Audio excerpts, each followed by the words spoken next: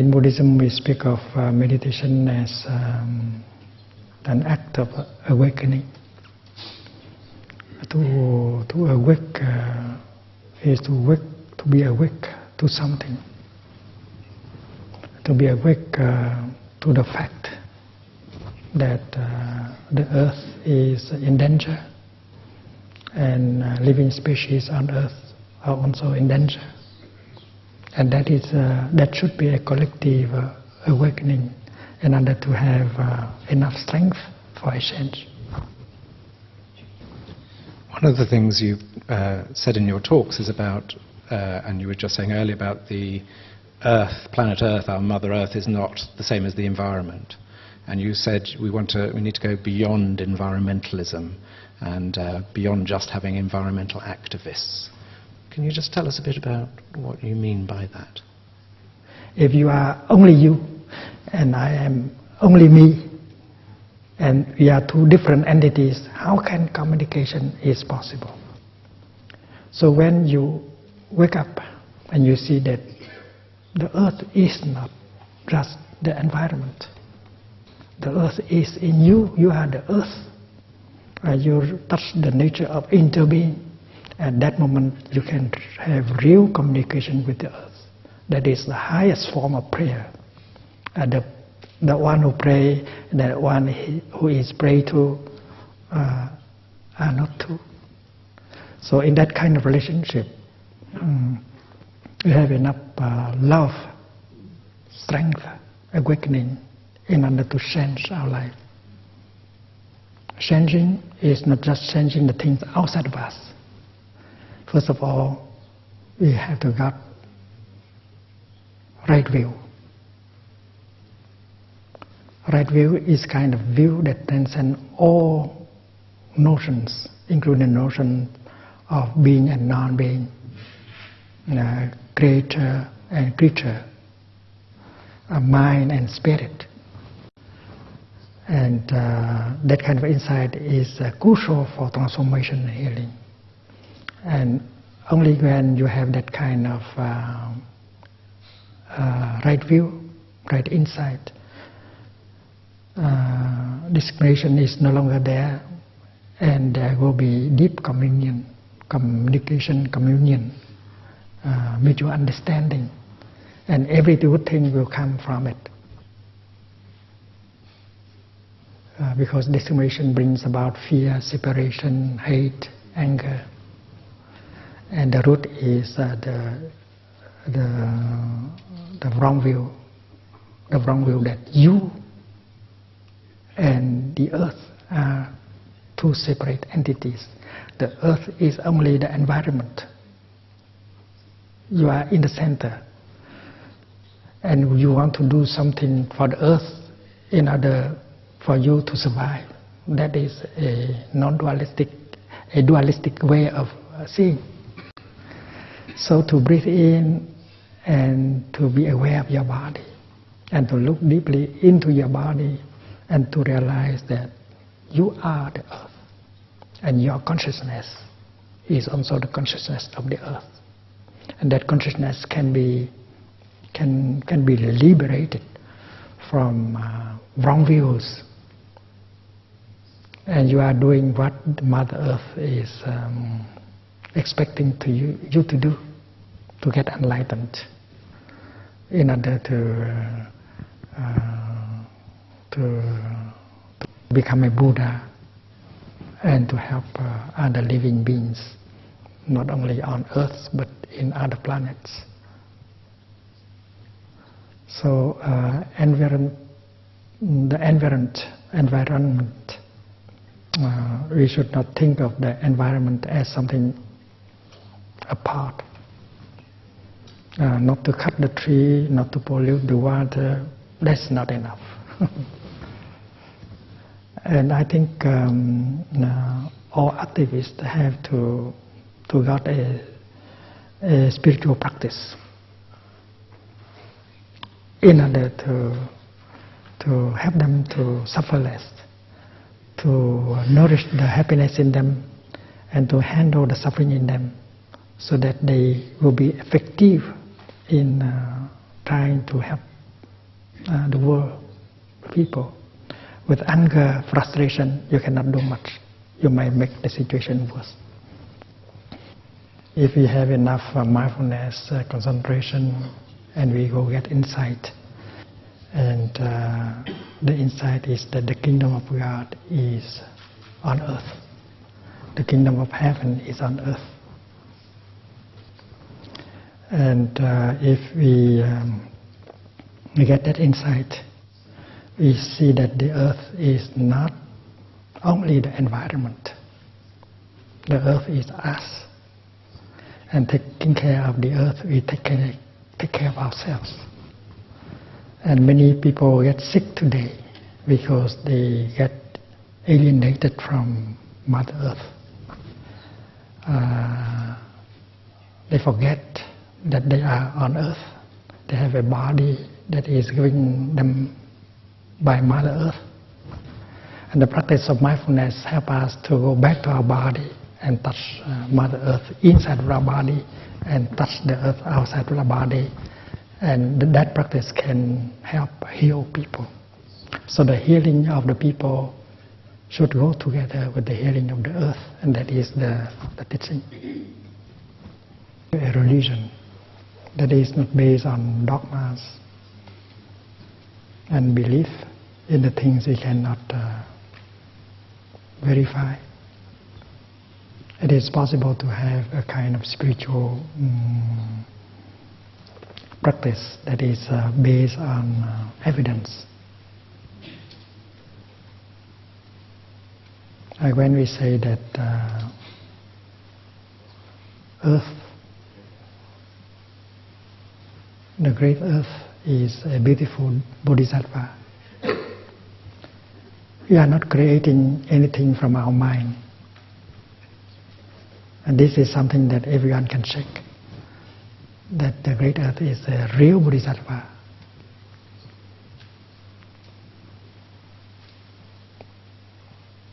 The most beautiful bodhisattva we have ever seen.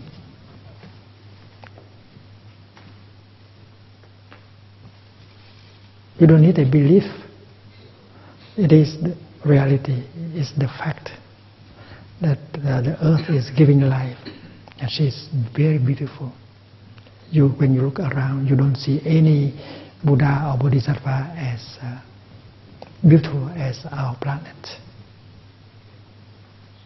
So when people say, let us abandon this realm of suffering in order to look for a spot that is more beautiful, we shouldn't believe it, because we already touched the truth.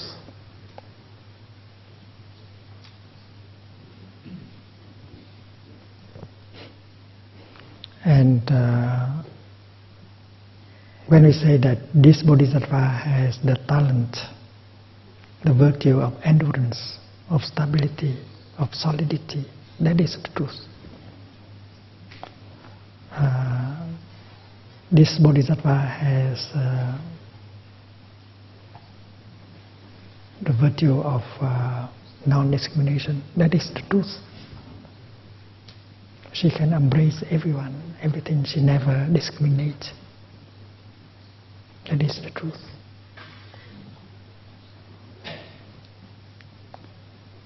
And this bodhisattva is a manifestation, is a beautiful manifestation, like many other manifestations. The Milky Way, the sun, are also beautiful manifestations. And the earth has given life, has produced many Buddhas and Bodhisattvas and saints. And that is the truth. The Buddha, Jesus Christ, Muhammad, the Virgin Mary, they are all children of the earth. And that is the truth. We don't need to believe anymore in anything abstract anymore. That is the truth.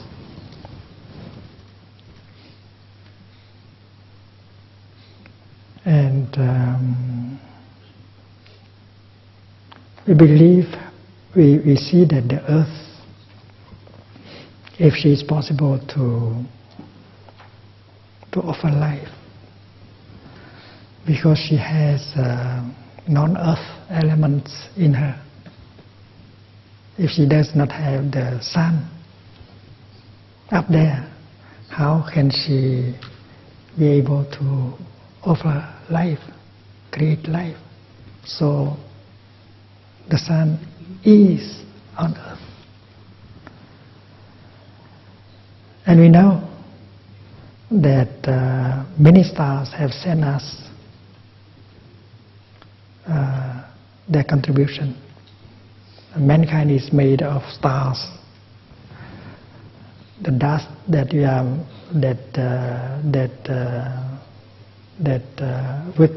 that we are made come from many stars. So we can see that the one contains the all. The earth is not only the earth. The earth is the whole cosmos. It's like we, a human being, we are not something separated from the earth. A human being has the earth inside of him or her. So the earth, as a beautiful manifestation, she contains the whole cosmos in her. And if you go back to the earth deeply, we touch the whole cosmos in the earth. And we transcend the dualistic view that earth is only earth, cosmos is bigger, or something like that. And then we should transcend the notion that the earth is something inhabited by a spirit, and that Bodhisattva is a spirit inhabiting the earth. We should transcend that idea.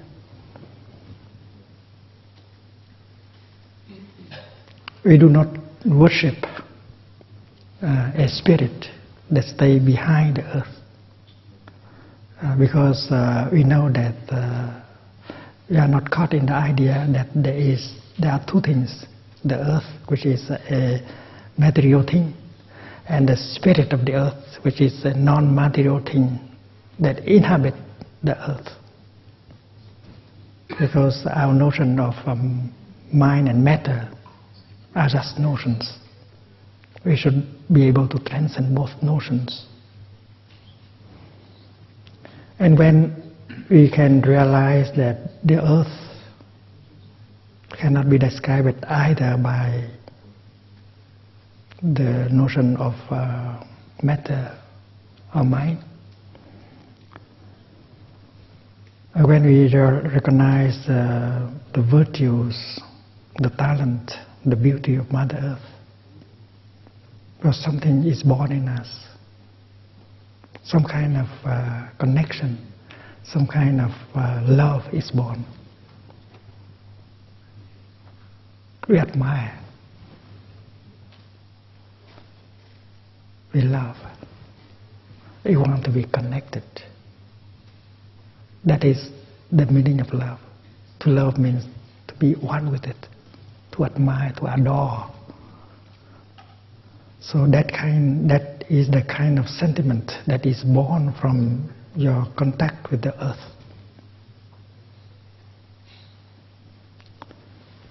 And when you love someone, you want to say, I need you, I take refuge in you. So that is kind of praying. And that is not superstition. You love the earth and the earth loves you. You do anything for the well-being of the earth, and the earth will do anything for your well-being.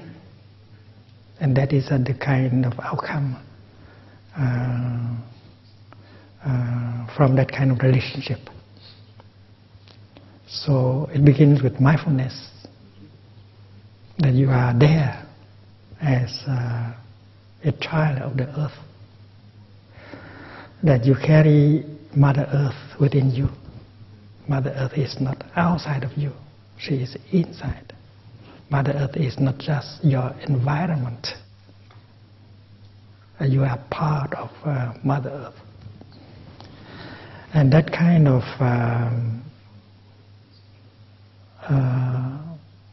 insight, of non-discrimination, help you to be truly in communion with the earth. When you look into a cloud deeply,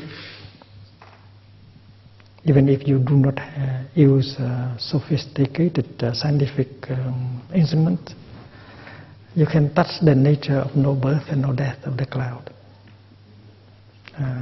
The cloud has not come from the realm of non-being into the realm of being, and that insight can be got by anyone. You can help people, non-science people, to see that. You can tell them that before the cloud appears in the form of a cloud, it did not belong to the realm of non-being, because it was the steam, the water vapor, the hot sunshine, and this is only a continuation, the form of a cloud. So there is no birth, there is only a new manifestation, a new continuation. And when the cloud dies, it does not die. You don't see it anymore, but it has not passed in from the realm of being into non-being. It's impossible for a cloud to die. The cloud can become snow or rain or other things, but cannot become nothing. So it is possible for non-scientists to touch the truth of no birth and no death of the cloud. Science has been able to demonstrate the truth of no self, of interbeing.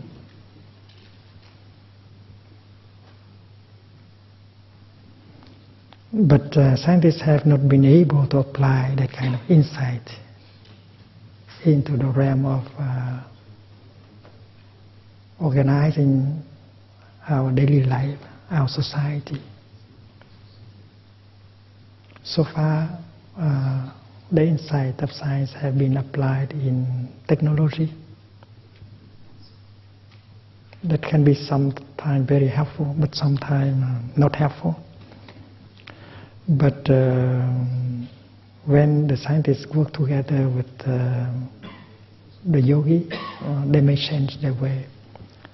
They may think of trying to apply it to our daily life in order to handle suffering and happiness.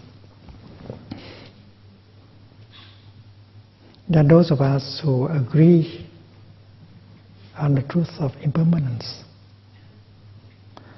but still behave as if things are permanent.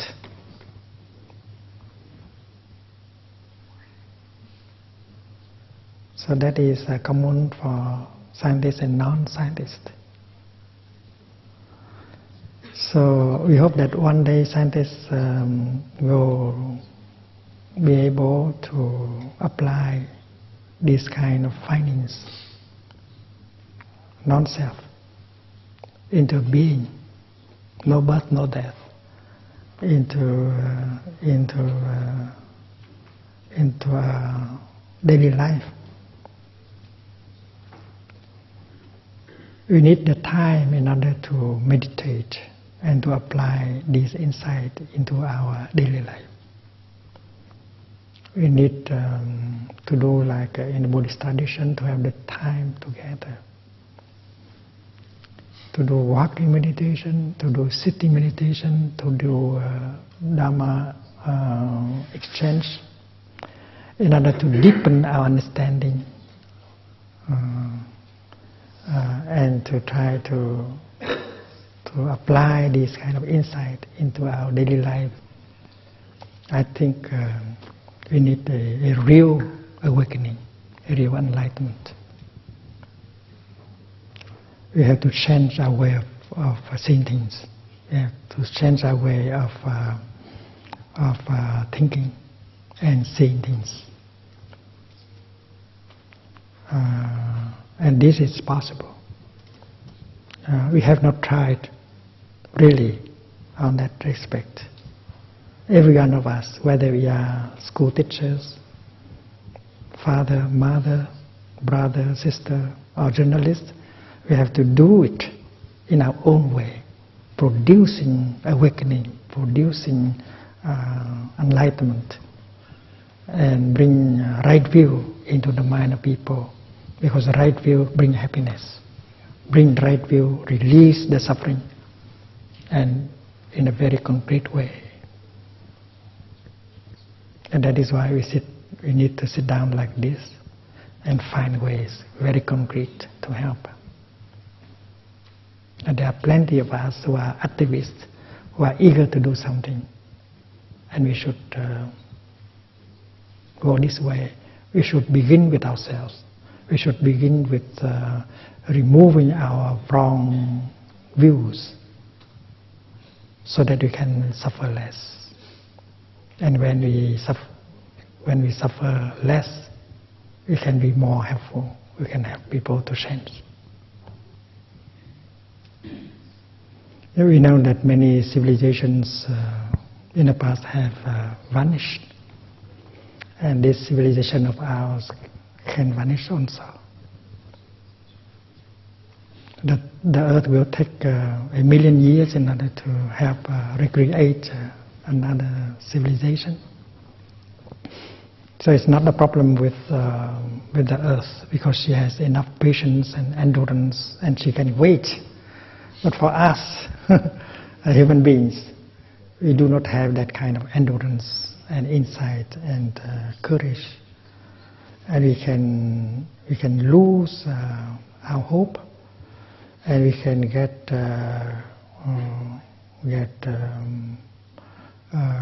drowned into the sea of despair. And when we are victim of despair, we cannot do anything. We can make the situation worse. So that is why we have to take care of our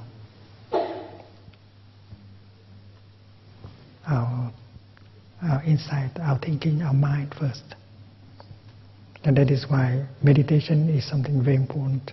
To meditate does not mean that you get away from life, but you have the time in order to look deeply into the situation.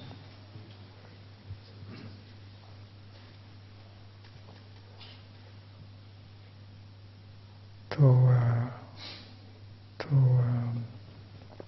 allow yourself to have time to sit, to walk, not doing anything.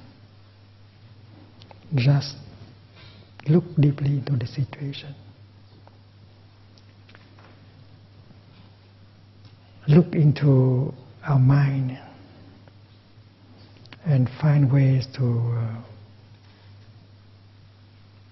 take care, to deal with the anger, the fear, the despair in us.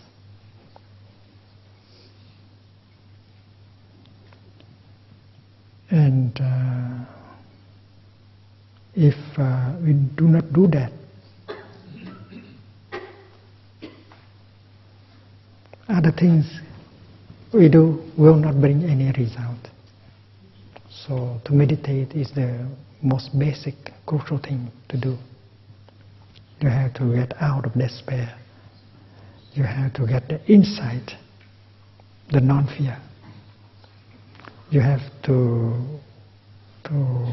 preserve your compassion in order for you to be a real instrument of Mother Earth, in order to help other species. And our century should be a century of spirituality. Whether we can survive or not, it depends on it. if we get in touch deeply with the historical dimension, with the phenomenal realm, we begin to touch the ultimate dimension. We will touch the dimension of no birth, no death, no being and no non-being. And science is trying to knock at the door of no birth and no death. They have found the truth of no birth and no death, the true nature of everything. So when we touch the truth, our true nature of no birth and no death, it can transcend fear. So that is a kind of religion that is not based on dogmas. It's based on evidence and our own experience. And then that kind of religion can be built, can be formed, can be realized by both the existing religions, philosophies, histories, and science at the same time. And hopefully in the 21st century we can come together and afford ourselves with that kind of religion, which will be able to unite people and remove all separation and discrimination. Because dogmatism has been the cause of separation and war a lot. And if each tradition make an effort in order to go in that direction, we will soon have that kind of religion that will be not be based on myth and belief, dogmas, but based on evidence. And that would be a giant step for mankind. Thank you.